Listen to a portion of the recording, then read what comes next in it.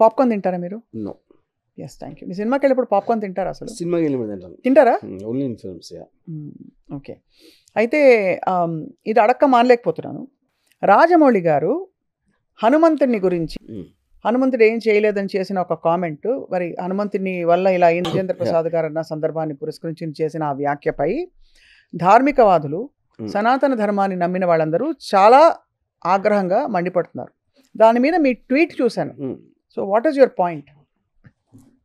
See the point, నాకు దేవుడి మీద నమ్మకం లేదు అని చెప్పటానికి హక్కు ఉంది, నాకు దేవుడిని నమ్ముతానని చెప్పడం కూడా హక్కు ఉంది. రాజ్యాంగ ప్రకారంగా కంట్రీ కాన్స్టిట్యూషన్ ఆర్టికల్ 25.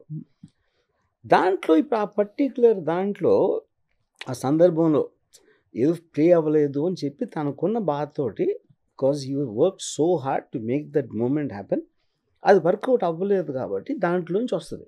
ఎందుకంటే మీరు ఇప్పుడు ఉదాహరణకి ఏదో సినిమా నాకు బ్లాక్ అండ్ వైట్లో వదిలేదు, దేవుణ్ణి తిట్టేస్తాడు కోపంతో, లేకపోతే దీవార్లో అమితాబ్ బచ్చన్ గుడ్ టెంపుల్లోకి వెళ్ళి తిడతాడు, నేను ఎంత చేసినా కూడా నాకు చేయలేదు ఏదో నిందాస్తుంటారు.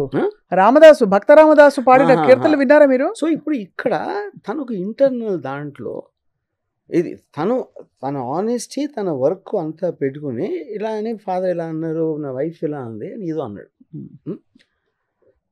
అది కంప్లీట్గా మర్చిపోయి ఏ సందర్భంలో అన్నాడు, దేవుని ఇలా అనేస్తాడా, దేవుని అలా అంటాడా, అదొక పాయింట్. రెండో పాయింట్, దేవుడి మీద నమ్మకం లేదు అని చెప్పాడు, బయటికి చెప్తున్నాడు. ఇది దేవుని తన లోపల దెయ్యం కాదు కదా చెప్పాడు. అవును. అప్పుడు రాజమౌళికి ఇచ్చినంత సక్సెస్, రాజమౌళికి ఉన్నంత వెల్త్, రాజమౌళికి ఉన్న ఫేమ్, ఇది ఏ మనిషి వీళ్ళు చెప్పేవాళ్ళు ఎవరికన్నా ఒక 1000th వర్షన్ ఉంటుందా? లేదు. అప్పుడు దేవుడు రాజమౌళి ఎందుకు సపోర్ట్ చేస్తున్నాడు నమ్మకపోయినా? అంటే ఇప్పుడు దేవుడికి నాస్తికులు ఏంటి ఎక్కువ ఇష్టమా? అదొక పాయింట్. లేదా దేవుడు కేర్ చేయడం నోట్ చేసి కూడా ఎవరెవరు ఏమంటున్నాడు, అతను వేరే పనిలో బిజీగా ఉండి. నా ఉద్దేశం ఇది అంత జలసి, రాజమౌళి కొన్ని ఎక్స్ట్రాడినరీ ఫేమ్ అండ్ సక్సెస్ చూసి ఇప్పుడు ఇందులో ఎవరు ఫీల్ అవ్వాలి చెప్పండి అసలు? యాక్చువల్గా కన్సర్న్ పార్టీస్, హీరో ఉన్నాడు మహేష్ బాబు, లేకపోతే డిస్ట్రిబ్యూటర్లు పెద్ద పెద్ద ప్రైస్లకి రైట్లు కొంటున్నారు, వాళ్ళందరికీ కొంత ప్రాబ్లం ఉండదు. ఎందుకంటే రాజమౌళి టాలెంట్ చూస్తున్నాడు, రాజమౌళి పర్సనల్ నమ్మకం గోడ ఉన్నాడా లేదా అనేది వాళ్ళకి అవసరం లేదు. రేపు పొద్దున్న వచ్చే ఎక్స్ట్రాడినరీ ఓపెనింగ్స్లో పీపుల్ కూడా కేర్ చేయరు, రాజమౌళి ఏమన్నాడు ఏమన్నాడు. కేర్ చేసేవాళ్ళు ఎవరండి? ఊరికనే నోరు అడిగిన టైం పాస్ లాగా నోరు పారేసుకుని ఉంటారు. చాలా మంది వీడియోలు పెట్టారు, చాలా మంది భక్తులు హర్ట్ అయిపోయారు, చాలా పర్సనల్గా హర్ట్ అయిపోయారు. హర్ట్ అయినట్టు యాక్ట్ చేస్తారు, ఏమి హర్ట్ అవ్వరు. సో అయితే దేవుడికి ప్రాబ్లం. అందరికీ నాకు ఒకే క్వశ్చన్, మీకన్నా ఎక్కువ రాజమౌళి ఎందుకు ఇచ్చాడు? మీరేమో పొద్దున్న లేసి 10 సార్లు పూజలు చేస్తే పూజ చేయని వాడికి అంత డబ్బులు వెల్త్ ఇచ్చాడు దేవుడు, మీరు అప్పుడు దేవుడికి వెళ్ళి కంప్లైంట్ చేయరు కదా, ఇదేంటని? అవును, అదే నా క్వశ్చన్. సో అది కాబట్టి దేవుడు ఇస్ ఫైన్, మీరు పెట్టిన ట్వీట్లో Rajamouli is fine, God is fine. So may I read out this? In the context of all the venom being spewed by the so-called believers on SS Rajamouli, they should know that being an atheist in India is not a crime. Article 25 of the Constitution protects the right to not believe. So he has every right to say he doesn't believe as much as the venom spewers right, basically to say they believe, okay?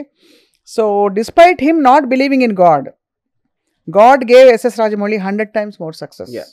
So either God loves atheists more than believers, God doesn't care, or maybe God isn't there sitting with a notepad taking notes on who believes and who doesn't.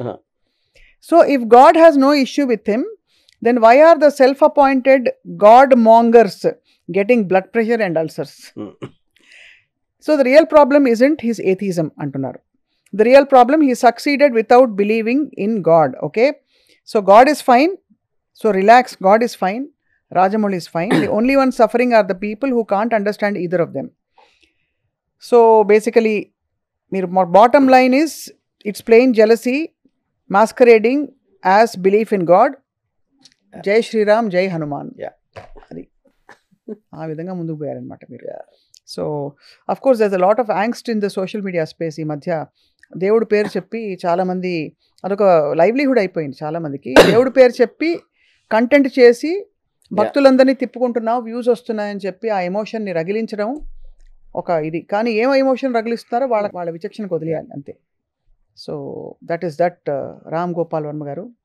As always iBomma topic ఇప్పుడు ఇంకా it's burning and hot among all the people watching ఏం జరుగుతుందని చెప్పి. Let's wait and watch next pirated cinema ఏం జరుగుతుందని చెప్పి. కానీ మీ piracy రూపాయి మీరు ఫైన్ కట్టి ఆ మంచి ఆ హ్యూమెన్ పోలీస్ ఆఫీసర్ ఇప్పుడు చూస్తుంటే కనుక ఆయనకి థ్యాంక్స్ చెప్తారేమో బహుశా మీరు. That is the truth of life. Thank you so much for your very very valuable time sir. Okay. Suman టీవీలో మీ పర్సనల్ అండ్ బిజినెస్ ప్రమోషన్స్ కోసం కింది నెంబర్కి కాంటాక్ట్ చేయండి.